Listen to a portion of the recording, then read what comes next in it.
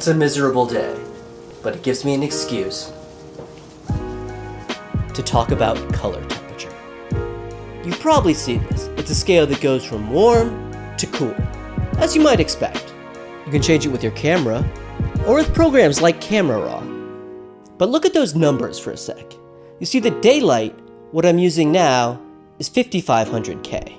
And tungsten, which is usually indoor lighting, is 3200K. And what that actually means is that the cooler color is at a higher temperature. And yes, these are real temperatures. They're degrees Kelvin, which is a type of temperature scale, and I'll go ahead here and convert them. And the other thing you'll see is, despite the fact they're backwards, is that they're really, really hot. So what's going on here? Now I'm sure you know that when you heat something up, it starts to glow a bit.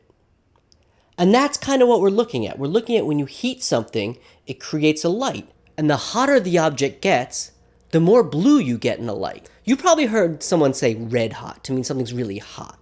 And then white hot to mean it's even hotter than that. And that's what's happening here. The hotter something gets, the more you get blue color in there.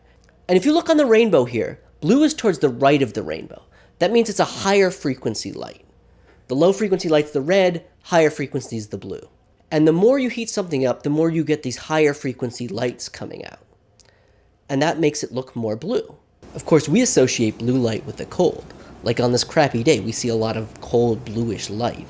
There is hot, high frequency light, but it came from the sun, and the sun is really far away. Now, the sun doesn't, of course, work quite like this. This phenomenon, actually, if you want to Google it, is called black body radiation.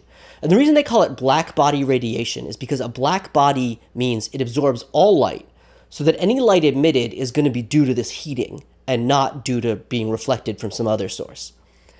So the sun is not a black body, but actually the tungsten light, tungsten comes from a tungsten bulb, and that does get pretty hot, and that's actually pretty close to what they call a black body.